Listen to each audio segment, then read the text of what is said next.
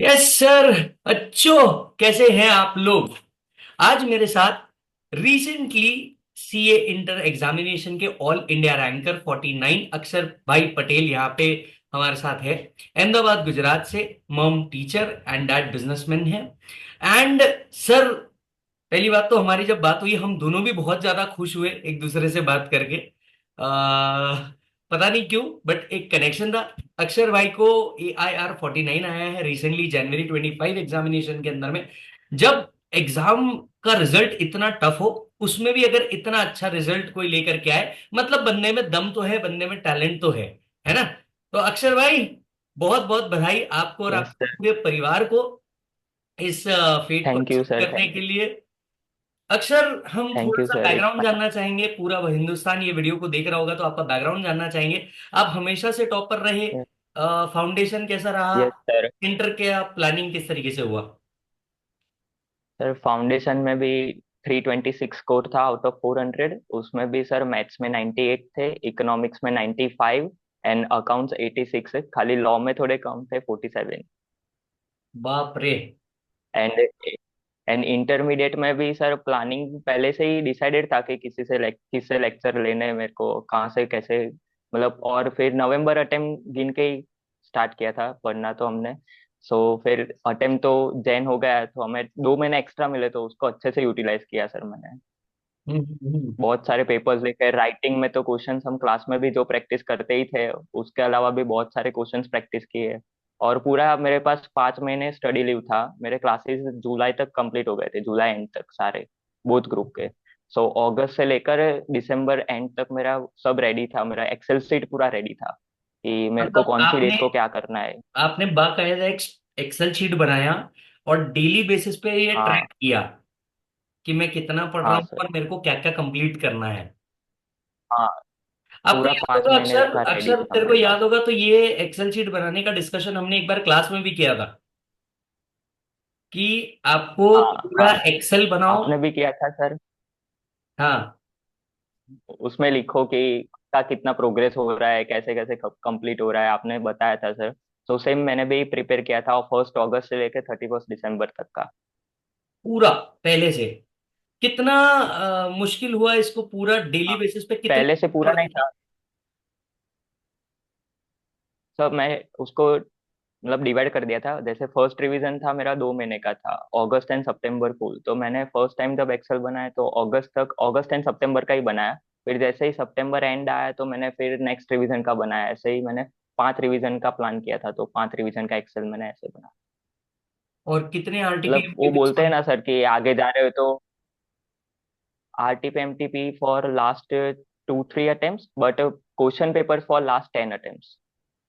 Last 10 attempts के question paper आपने solve किए हैं लेजिट? हाँ, नवंबर 20। आपकी आवाज कटी, क्या कहा आपने? नवंबर 20 से लेकर अब तक के सारे नवंबर 20 से लेके 2024 तक के सारे क्वेश्चन पेपर सॉल्व किए हैं। ऑडिट नहीं भाई साहब, सॉल्व किए हैं। तो सॉल्व किए सर। हाँ, अक्षर थियरी में जैसे, सारे लिख के नहीं किए, पढ़ के। थ्योरी में जैसे ऑडिट एंड लॉ है तो कुछ कुछ क्वेश्चन नए थे जो मैंने की पॉइंट्स देख लिए थे उसके, और बाकी रीड कर लिए थे। पर बाकी प्रैक्टिकल सब्जेक्ट के लिए सारे लिख के किए। ओके। अब मेरे को एक और बात बताओ। क्या पहले से ये फिक्स था कि रैंक लेके आना है, या पहले से ऑब्जेक्टिव था कि यार पढ़ लेते हैं, पास हो जाते हैं, रैंक आया तो ठीक है? क्या सिचुएशन थी? नहीं सर, पहले से डिसाइडेड था। मतलब पेन ऑन पेपर पे जो होता है वो मतलब होता है, ऐसा मैंने सुना है बहुत सारी जगह। तो पहले से मैंने लिख के रखा था कि AR 1 लाऊंगा। हम्म। तो पहले प्लानिंग ऐसे ही थी पहले से ही।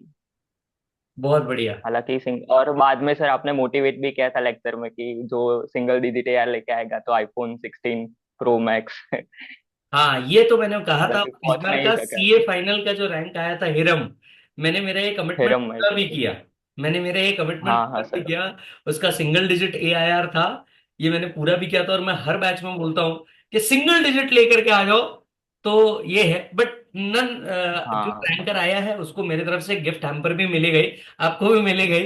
बट वो एक सिंगल डिजिट में बस इतना सा होता है कि यार बच्चा ना मोटिवेट हो जाए थोड़ा सा एक्स्ट्रा मेहनत करने के लिए, बाकी कुछ नहीं। हाँ है ना, ये बात तो सर पक्की। वही था वो मिल्खा सिंह में जैसे, बोल मिल्खा सिंह में वो मिल्क वाली रेस थी ने, वही ऐसा ही था मेरे लिए भी सेम। बस बस, मैं बिल्कुल वही कोट करने जा रहा था कि यार, जब किसी को कोई पर्पस दिखता है ना, जब तक वो पर्पस के लिए वो भागेगा नहीं ना, तब तक के कुछ नहीं हो सकता। और आज का बच्चा के लिए पर्पस क्या है यार? कोई टेक्नोलॉजी वाली चीज जो उसके आगे के लेवल पे काम आ जाए, या उसके नेक्स्ट लेवल पे काम आ जाए। यस और नो? यस। तो अक्सर डायरेक्ट एक्सेस का क्या फीडबैक था आपका? कैसी लगी क्लासेस? क्या मजा आया आपको? Sir if I tell honestly तो मेरा 11th स्टैंडर्ड से डिसाइड था कि मैं सीए करूंगा। और मैं ऐसे मोटिवेशन बहुत देखता हूँ यूट्यूब पे, मोटिवेशन लेक्चर, कोई भी मोटिवेशन वीडियो, तो मैं उस वक्त सर्च किया था सीए मोटिवेशन ऐसा रैंडमली, तो आपका वीडियो आया उधर when I was in 11th। तो आपके दो तीन वीडियोस देखे मैंने ऐसे यूट्यूब पे, तो मेरे को लगा कि बहुत अलग ही बंदा है, मतलब सर क्या पढ़ा रहे हैं, क्या लेक्चर्स में मोटिवेट कर रहे हैं सर। आपका एक वीडियो था जिसमें आप बता रहे थे कि कितना कमाओगे फिर तो आपको एक्सपांड ही करना है 2-3 साल बाद, तो आपके सब विश खत्म हो जाएगी ऐसा। तो उधर से ही बहुत मोटिवेशन था और डिसाइडेड था कि इंटरमीडिएट में इनके ही लेक्चर्स लेने हैं मेरे को।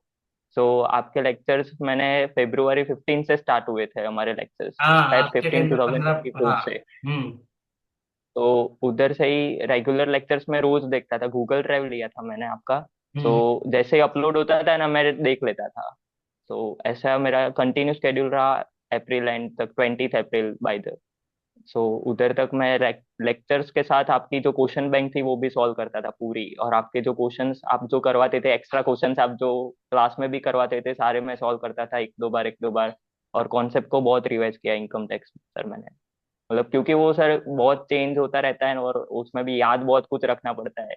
तो डेफिनेटली और सैलरी चार्ट। में मजा आ गई। चार्ट रिवीजन और ऑडियो रिवीजन ने हेल्प किया?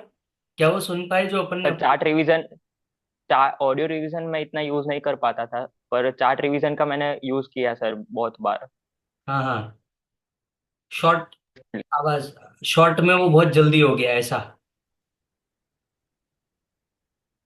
हाँ सर, वो ऑडियो रिवीजन में ऐसा नहीं सर, पर टी वो क्या बोलते हैं, चार्ट रिवीजन में कैसा है कि टीडीएस टीसीएस मेरे जल्दी याद हो गए थे मेरे को रेट सारे, इतना बड़ा और चैप्टर है? Exemption and deduction. हाँ, और चैप्टर बहुत बड़ा है सर, उसमें भी बहुत सारे रेट्स याद रखने के सेक्शंस के साथ साथ, तो थोड़ा प्रॉब्लमेटिक था उसमें, पर याद हो गए थे। क्या बात दो है। तीन बार ऐसे देखा ना सर। हम्म। अक्षर, जाहिर सी बात है, एक पूरा हिंदुस्तान एक रैंकर बच्चे को सुनता है। और अब इस बच्चे को सुनने के साथ साथ वो बच्चा चाहता है कि यार, क्या अक्षर भाई हमारी कोई हेल्प कर सकते हैं क्या? मतलब देखो, इस टाइम पे इंडिया की टीम में भी जब इसका रिजल्ट आया और मेरे को रिजल्ट कम्युनिकेट हुआ, मैंने यही डायलॉग मारा था कि उधर इंडियन क्रिकेट टीम में भी अक्षर पटेल बजा रहा है, इधर ने भी अक्षर पटेल ने बजाया ही है। तो अक्सर ऑल इन ऑल पूरा इंडिया एक्सपेक्ट कर रहा है, कुछ बच्चे जो क्लियर नहीं हो पाए। अ, क्या आपके हिसाब से वो गलती कर रहे हैं और क्या उनने सुधारना चाहिए? यहां से 55 डेज बचे हैं नेक्स्ट एग्जामिनेशन को। अगर अक्षर इस सिचुएशन में होता, है ना, कि वो किसी रीजन की वजह से स्टक है, क्या आप गाइड करना चाहोगे हर उस बच्चे को जो एग्जामिनेशन क्लियर नहीं कर पाया, एग्रीगेट नहीं बन पाया? वो कहाँ गलत जा रहा है, उसका रिजल्ट क्यों नहीं आ रहा है? मैं चाहता हूं जो बच्चा इस रैंक में आया है वो प्लीज दूसरों की हेल्प करे। हम एक कम्युनिटी इस तरीके से बनाएं कि हम एक दूसरे को हेल्प करें।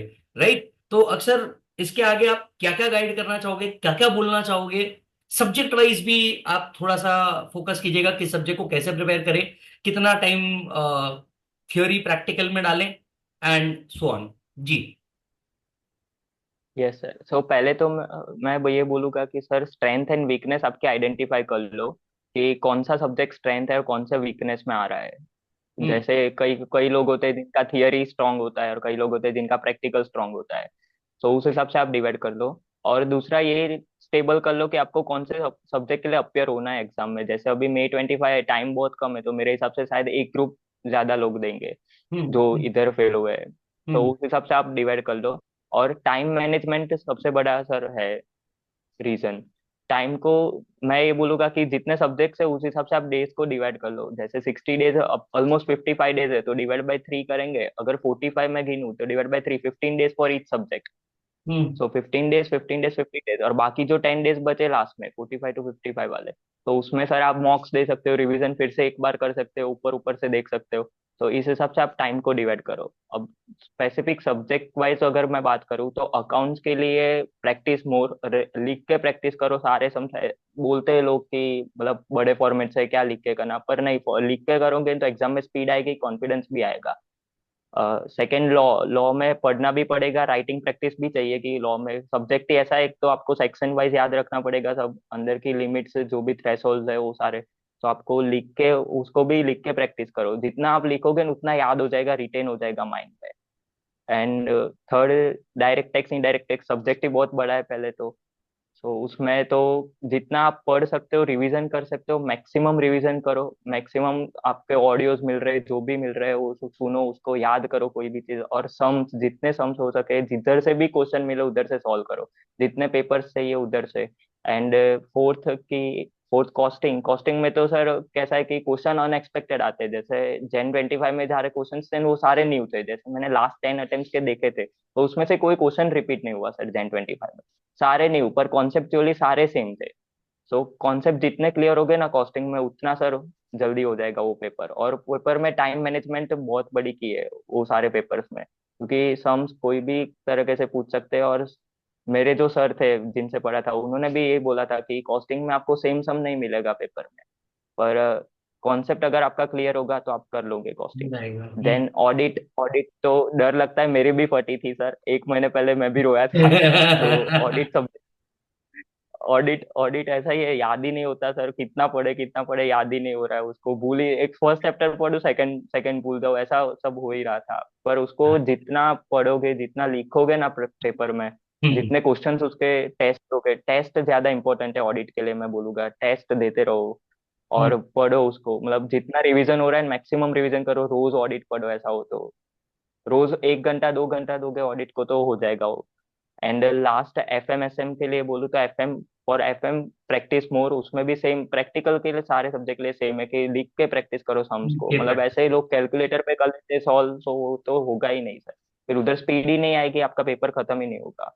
और SM के लिए तो लैंग्वेज बहुत स्पेसिफिक चाहिए ICI को SM में, सो SM में आपको पढ़ना पड़ेगा मॉड्यूल से, और ICI के मॉड्यूल को स्किप ही मत करो मेरे हिसाब से, सारे सब्जेक्ट के लिए एक बार तो एटलीस्ट देख ही लो।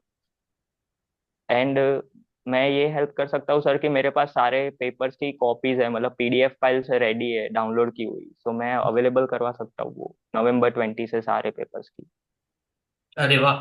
तो अक्सर अगर ये हो जाएगा कि आप ये दे पाओगे, तो मैं इसे मेरे टेलीग्राम चैनल सी विजय साडा पे डाल दूंगा, ताकि जिन जिन बच्चों को हेल्प लग रही होगी या इससे बेनिफिट मिल सकता है, वो सभी उनको देख पाएंगे। I mean that's a very good contribution. हाँ आपको ये जो कंपाइलेशन दे रहे हैं, इसको मतलब सर्च करना पड़ता है, अलग अलग जगह जा करके निकालना पड़ता है, और वो करके दे रहे हैं, हाँ, तो मतलब ये बहुत अप्रिशिएबल बात है।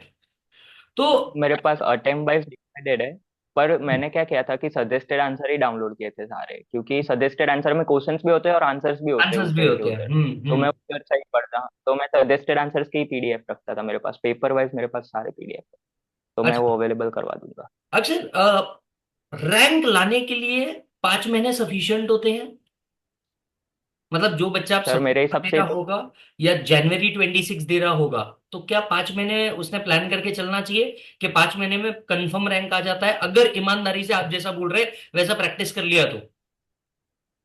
ऑब्वियसली सर आ जाएगा। और सर 5 महीने तो हमारा नसीब था कि हमें मिले, पहले तो 3 महीने ही मिलते थे, तो हम तो 3 महीने के हिसाब से ही प्लानिंग करके चल रहे थे, तो बाद में नोटिफिकेशन आई और अटेम्प्ट जैन में चला गया। जैन में चला गया। सो 3 महीने से, हाँ, तो 3 महीने से ही 3 महीने का प्लानिंग ही किया था हमने कि 3 महीने में भी सफिशिएंटली हम डिवाइड कर लेंगे, तो 3 रिवीजन तो सफिशिएंट है। पर टाइम था तो 5 रिवीजन अगर आप कर सकते हो 4 5 बार, और थियोरी का ज्यादा कर सकते हो रिवीजन, तो हो जाएगा सर, रैंक आ जाएगी, ओके। अगर प्लानिंग होगी और एग्जीक्यूशन होगा दोनों। ओके। अक्षर, उनको क्या कहना चाहोगे जो पास हो गए लेकिन एग्रीगेट में अटक गए? तो वो क्या गलती सुधार सकते हैं ताकि उनके मार्क्स बढ़ जाए? सर कई सारे लोग हैं, मेरे को भी ऐसे मिले कि जिनका पास हो गया है या एग्रीगेट थोड़े मार्क्स से रह गया है, ऐसा कुछ है। सो उनका जो भी ग्रुप है ऐसा है, तो उसमें जो स्ट्रॉन्ग सब्जेक्ट है उसको पकड़ के चलो, उसमें ज्यादा स्कोर करने का ट्राई करो आप। जो है मतलब जिसमें पास हो रहे हो तो हो ही रहे हो, पर जिसमें स्ट्रॉन्ग आप ला सकते हो, थोड़े एफर्ट्स डाल के अगर मार्क्स बढ़ा सकते हो तो वो। और प्रैक्टिकल अगर है तो एक्यूरेसी ज्यादा मैटर करती है। जैसे मेरा केस हुआ था एफएम के पेपर में, आई वॉज वेरी कॉन्फिडेंट, मतलब 73 स्कोर किया, जो कम नहीं था, पर ज्यादा आ सकते थे 8 मार्क्स से। तो मेरा हम्म। 8 मार्क्स का एक्यूरेसी की वजह से 8 मार्क्स चले गए मेरे। एक छोटी सी गलती थी, शेयर प्राइस गलत ले ली मैंने एमसीक्यू में, बस उसकी वजह से 4 एमसीक्यू गलत चले गए थे। एमसीक्यू की बात निकली है, अक्सर आपने एमसीक्यू की भी प्रैक्टिस करी? करी तो सर कहाँ से एमसीक्यू की करी? कोई कैसे करी? सर एमसीक्यू की कोई अलग से प्रैक्टिस नहीं की मैंने, कॉन्सेप्ट क्लियर थे मेरे। बाकी जो आईसीआई की एमटीपीज में जो एमसीक्यूज आते थे आरटीपीज में, वो सॉल्व किए बहुत बार। और कई जैसे थियरीज में ऑडिट के मेरे पास एमसीक्यूज थे अवेलेबल, सो उसके मैंने एक एक बार खाली देख लिए थे कि कैसे क्वेश्चन है क्या है। बाकी एमसीक्यू की कोई अलग से प्रैक्टिस नहीं की सर। जो आईसीआई की जो केस स्टडीज वेबसाइट पे अवेलेबल है आईसीआई के हम्म। एप्लीकेशन पे, हम्म। वो मैंने एक बार सॉल्व की सारे सब्जेक्ट्स की। ओके। अक्सर मेरे को एक और बात पूछते हैं बहुत सारे बच्चे कि पेपर कंप्लीट नहीं हो पाता 3 घंटे में। आपके साथ भी ऐसा सिचुएशन हुआ, पेपर कंप्लीट नहीं हो पाया, या पेपर कंप्लीट हो जाए इसके लिए पहले राइटिंग प्रैक्टिस ज्यादा लगती है? What is the right thing? Sir paper जल्दी टाइम पे कंप्लीट करना वही मेन टास्क था, ऐसे स्पेशली Jan 25 के सारे पेपर्स मेरे को तो लेंथी लग रहे थे। पर हम्म। ऐसा मेरी राइटिंग प्रैक्टिस हो गई थी पहले से ही, मैंने ऑलरेडी सारे सब्जेक्ट्स के 5 5 या 7 7 मार्क्स दे रखे थे। तो उस हिसाब से राइटिंग प्रैक्टिस अगर आपकी होगी 3 आवर की कंप्लीट सीटिंग में तो हो जाएगा। स्पीड रखोगे थोड़ी और एक्यूरेसी तो हो जाएगा पेपर टाइम पे कंप्लीट। और मेरे लिए सबसे लेंथी लॉ था इस बार, तो लॉ का मेरा मतलब 5 5 बजे खत्म होना चाहिए ना, तो 4:59 को खत्म हुआ था एग्जैक्ट। सोशल और फर्स्ट मीडिया, अक्सर सोशल मीडिया में था या सोशल मीडिया से दूर हो गया था? इंस्टाग्राम सर मैंने आज तक आईडी नहीं बनाई कभी, तो इंस्टाग्राम तो है ही नहीं मेरे पास, मेरे को आता भी नहीं यूज करना। लिंक्डइन अभी स्टार्ट किया है सर मैंने थोड़े दिन पहले, 10 एक दिन पहले बस। फेसबुक वेसबुक मेरे को नहीं जमता, स्नैपचैट भी कब का बंद है 12th का, वो भी चालू नहीं है। तो खाली व्हाट्सएप यूज करता हूँ बस। मतलब आप एक बात देख सकते हो, अक्षर ने खुद होके डिस्ट्रैक्शन को पहले दूर रखा है, तभी जाकर के आप दूसरी चीजों में अपना टाइम इन्वेस्ट कर सकते हो। That makes a very good point. क्या सिचुएशन थी अक्सर घर पे जैसे ही पता चला कि भैया रिजल्ट ही आया है और रैंक पता चला? क्या माहौल, क्योंकि मैं जानता हूँ मारवाड़ी गुजराती फैमिली तो बिल्कुल अलग ही सिचुएशन हो जाता है, बिल्कुल माहौल सा बन जाता है। और जब अपनी पहली बार बात हुई तो बहुत खुश था तू उस सिचुएशन पे, हाँ तो और सर उस वक्त तो मैं अलग ही लेवल पे था। तो एक्चुअली जब रिजल्ट आने वाला था ना 28th को रात को नोटिफिकेशन आई थी इवनिंग में कि 4th मार्च को रिजल्ट आने, तो मैंने घर पे बताया ही नहीं कि 4th मार्च को रिजल्ट है। मतलब जब तक रिजल्ट आए तब तक नहीं बताया था मैंने, किसी को नहीं पता था, बस मेरे को पता था कि रिजल्ट है आज। तो जैसे ही 10:51 को एक फ्रेंड का कॉल आया कि रिजल्ट आ गए तू देख ले तेरा। तो मैं खाने बैठा था, तो खाना छोड़ के खड़ा होकर पहले रिजल्ट चेक करने गया अंदर। रिजल्ट देखा, जैसे ही देखा ऑल इंडिया, पहले तो मार्क्स देखे सारे, तो मार्क्स देखे 448 टोटल बन रहा था, तो मेरे को लगा रैंक में तो शायद नाम होगा। तो रैंक फिर मेरिट लिस्ट में रोल नंबर डाला, और जैसे ही उधर लिख के आया है कि रैंक नंबर 49, तो चिल्ला के ऐसे कूद के सर रूम में से बाहर आया और सबको बताया कि रैंक नंबर 45। मम्मी खा रहे थे सब, सब लोग खुश हो गए सर। फिर तो माहौल। दिन बदल गया डेफिनेटली। पास होने के बाद रैंक फिर तो के कॉल पे बाद, कॉल। हाँ मतलब पास होने के बाद रैंक में आने के बाद बहुत से लोगों की देखने का नजरिया भी बदला होगा, ऐसा फील हुआ तेरे को कि हाँ बदल। मतलब ये तो मेरे को क्या हाँ हाँ में सर। लेते थे, अब तो अब दिखाओ, अब मैं बताता हूँ ऐसा कुछ? हाँ सर, काफी लोग जिसका अनएक्सपेक्टेड था वो लोग भी अच्छे रिएक्शंस दे रहे थे।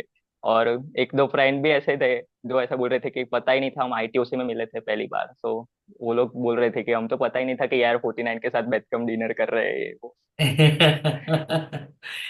चलो बहुत ही बढ़िया। सो अक्सर अभी क्या प्लान, फ्यूचर किस तरीके से, आर्टिकलशिप कहाँ करने का मूड है? मिड साइज फर्म देख रहे हो, बिग फोर देख रहे हो, क्या थॉट है आगे? Looking for mid size only, being your student मैं तो मिड साइज में ही जाने वाला हूँ। ऐसा मैंने सोच के ही रखा है, पहले से डिसाइडेड ही था, बिग फोर तो नहीं जाऊंगा इतना पक्का है। तो मिड साइज में ही ढूंढ रहा हूँ अभी तो। और फ्यूचर में फाइनेंस। हमारा इसके ऊपर भी क्लास में डिस्कशन हुआ था कि किस तरीके से आप अपने आर्टिकलशिप को सिलेक्ट कर सकते हैं ताकि आपको खुद के लिए भी हाँ टाइम बचे। मैं बहुत बार कहता हूँ, हो सकता है मेरे ओपिनियन किसी को शायद समझ आए नहीं है, मैं कभी बिग फोर का फैन नहीं रहा हूँ, है ना। मैं एक मिड साइज फर्म हाँ। के अंदर में जॉब किया हूँ, स्मॉल साइज में किया हूँ। तो स्मॉल साइज में बस बेनिफिट ये हो जाता है कि आपको हर तरीके का काम मिलता है, आपको प्लेटर पे सब कुछ मिलता है, एक ऑडिट भी मिलता है, टैक्स का काम हाँ। भी मिलता है। विच जो मेरे कुछ दोस्त बिग फोर में थे, वो या तो सिर्फ ऑडिट कर रहे थे या तो सिर्फ टैक्स कर रहे थे। मेरे को ऐसा था कि यार मैं हर चीज चख लूं ना। मतलब articleship is more of something where I can learn something about everything rather than one thing only. Yes. तो ये बात यस। पर हमारा हाँ डिस्कशन सर, हुआ था। बट ये अब सबका अपना मेरा भी अपना। यही ओपिनियन। हाँ कि एक चीज क्यों सीखूं, मैं ऐसे भी 2 साल में एक्सपर्ट तो बनने नहीं वाला मैं उसमें, वही फील्ड में। तो क्यों एक चीज में जाऊं, मेरे को 2-3 चीज या उससे भी ज्यादा सीखने को अगर मिल रहा है फर्म में तो मैं ऐसे ही फर्म ढूंढूंगा। और ज्यादा इंटरेस्ट है मेरे को फाइनेंस एंड टैक्स में, तो उसमें ज्यादा ट्राई करूंगा। अभी भी अश्वथ दामोदरन सर को फॉलो करता हूँ, मैं उनके लेक्चर्स देखता हूँ कॉर्पोरेट फाइनेंस के। क्या बात है। तो ये हमारे साथ थे हमारा भाई अक्षर पटेल। अक्षर, बाकी एट द एंड अपनी तारीफ चाहूंगा थोड़ी सी। डायरेक्ट टैक्स के बारे में क्या कहना चाहोगे? और दिल खोल के आप जो मेरे को फोन पे बोल रहे थे, अगर यहाँ बोल दो तो बहुत अच्छी बात है। सर लेक्चर तो मतलब इतने इंटरेस्टिंग होते थे कि ऐसा पता ही नहीं चला 3 घंटे कहाँ चले गए लेक्चर्स देखते। ऐसे गूगल ड्राइव पे देखता था फिर भी कभी स्पीड बढ़ा के नहीं देखा मैंने। मतलब नॉर्मल जो 1x की स्पीड होती थी उस पे ही मैं लेक्चर्स देखता था, सारे सारे सम्स करता था। फिर सम्स में आप जो बोलते थे ना कि अभी चॉकलेट मिलेगी ये मिलेगी, तो मैं फटाफट फटाफट सॉल्व करता। कई बार तो मेरा राइट भी आता था, पर बताए कैसे कि राइट आ गया हमारा। तो ऐसे चल रहा था, फिर बहुत सारी प्रैक्टिस की, मस्ती मजाक भी बहुत हुई हमारे लेक्चर्स में। और सर आपके लेक्चर्स तो इतने मतलब इतना डीप में प्रैक्टिस मैंने देखा ही नहीं किसी को और कराते हुए, कि इतने सारे सम्स क्लास में ही हम प्रैक्टिस कर लेते थे कि पता ही नहीं चलता था। स्पेशली अगर मैं बोलूँ सैलरी के लिए, 11 बार रिवीजन हुआ था सर हमारा सैलरी का लेक्चर्स में। सैलरी बहुत तो डिफिकल्ट आपने लास्ट टॉपिक है उसको मिनिमम, क्योंकि उसमें इतना कंटेंट है, उसमें आपको 11 11 12 बार, हमने 11 बार रिवीजन किया था, मुझे याद है। 11 बार। 11 बार हमने लिटरली पूरा सैलरी रिवाइज किया था। एट द एंड बच्चे ऐसे परेशान हाँ। हो गए थे कि भाई अब हो गया हाँ। याद मत करा अब। तो वो जैसा ही सैलरी खत्म हुआ था ना, मैं कॉलेज गया था एग्जाम्स के लिए, तो उधर के बच्चे मिल रहे थे ना सीए वाले, तो बोल रहे थे मेरे को कि अरे यार सैलरी में तो याद नहीं हो रहा है, ग्रेचुइटी पेंशन ये वो। और मैं तो ऐसा ही था कि ये ड्यूरिंग द सर्विस और रिटायरमेंट आफ्टर द टैक्स। चलो, बहुत बहुत बधाई अक्षर। एंड डेफिनेटली अपन फाइनल में भी मिलेंगे। तब तक के आप बहुत सारा लर्न करो, विजू भैया तो आपके साथ है ही। और आप मुझे वो कंपाइलेशन शेयर कर देना। आप कुछ और शेयर करना चाहते हैं जिससे पब्लिक एट लार्ज का बेनिफिट हो तो आप बिल्कुल दे दो, मैं उसको मेरे टेलीग्राम चैनल पे डाल दूंगा ताकि सर, मास बच्चा जो उससे बेनिफिट लेना चाहे वो ले पाएगा। सर मेरे पास कंपाइलेशन ऐसा बना के नहीं है, मतलब पेपर वाइज पीडीएफ ही है अलग अलग, हाँ, तो मैंने डाउनलोड ही ऐसे की थी पर। आप वो दे दो, मैं हाँ। डायरेक्टली डाल दूंगा ताकि बच्चे को वो डायरेक्ट बेनिफिट हो जाए, है ना। और आपका जो हाँ। टैक्स का पेपर है, अगर आपने इंस्टीट्यूट से मंगाया है जो सॉल्व पेपर है, तो वो भी शेयर करना ताकि बच्चों को तो मैं आई हर वीडियो में दिखा सकूं कि कैसे प्रेजेंटेशन किया जाता है। सर आरटीआई फाइल किया है मैंने, तो आएगी मेरी सर्टिफाइड कॉपी तो मैं आपको भेज दूंगा। यस, वैसे मैं आपको बता दूं, अक्षर को 79 मार्क्स है टैक्सेशन के अंदर में। एंड जाहिर सी बात है 100 आउट ऑफ 79, मतलब पेपर में प्रेजेंटेशन भी बहुत अच्छा रहा होगा। मैं जरूर इसके ऊपर एक वीडियो आप लोग के लिए जरूर दूंगा ताकि आपको इसका बेनिफिट जरूर मिल जाए, है ना। मैं भी सर 8 मार्क्स मेरे जीएसटी के एमसीक्यू में चले गए मेरे, ज्यादा मार्क्स एमसीक्यू में ही कटे जो भी गए वो भी। तो इससे क्योंकि हमें डिस्क्रिप्शन तो एक मेरे और को चीज पता ही सीखने को था। मिलती है, इससे हमें एक और चीज सीखने को मिलती है कि एमसीक्यू की प्रैक्टिस भी करनी पड़ेगी, उसको छोड़ के नहीं जाना चाहिए, है ना। जितना हाँ। पॉसिबल है और उतना ट्राई सर, करना चाहिए। और किसी को भी हेल्प चाहिए तो मेरे को रीच आउट कर सकता है लिंक्डइन के थ्रू कोई भी। डन। तो अगर किसी बच्चे को ऐसा लग रहा है उसको कोई हेल्प चाहिए, Akshar is completely there to help you out. And एक बात तो है, मैं मेरे स्टूडेंट के लिए ये प्राउड जरूर करूंगा कि उसको मेरा स्वभाव पता है हेल्प करने का। तो वो जब से हमारे साथ लेक्चर लेता है उसके अंदर भी ये इनिशिएट होता है कि आप कहीं पे भी पहुंच जाओ पर आपको दूसरे की हेल्प करना है, और यही हमें पास ऑन भी करना है। सो बहुत अच्छा लगा Akshar. Wish you all the best from me and the whole Ekatvam team. And मिलते हैं जल्दी से थैंक फाइनल में। अंत में वही वापस कहूंगा, पढ़ो तो हद कर दो वरना। रद्द कर दो। Done done done. Programme thank you रद्द सो कर मच। दो। Thank you so much Akshar भाई। Thank bye thank you sir. बच्चों। Bye sir. Bye bye.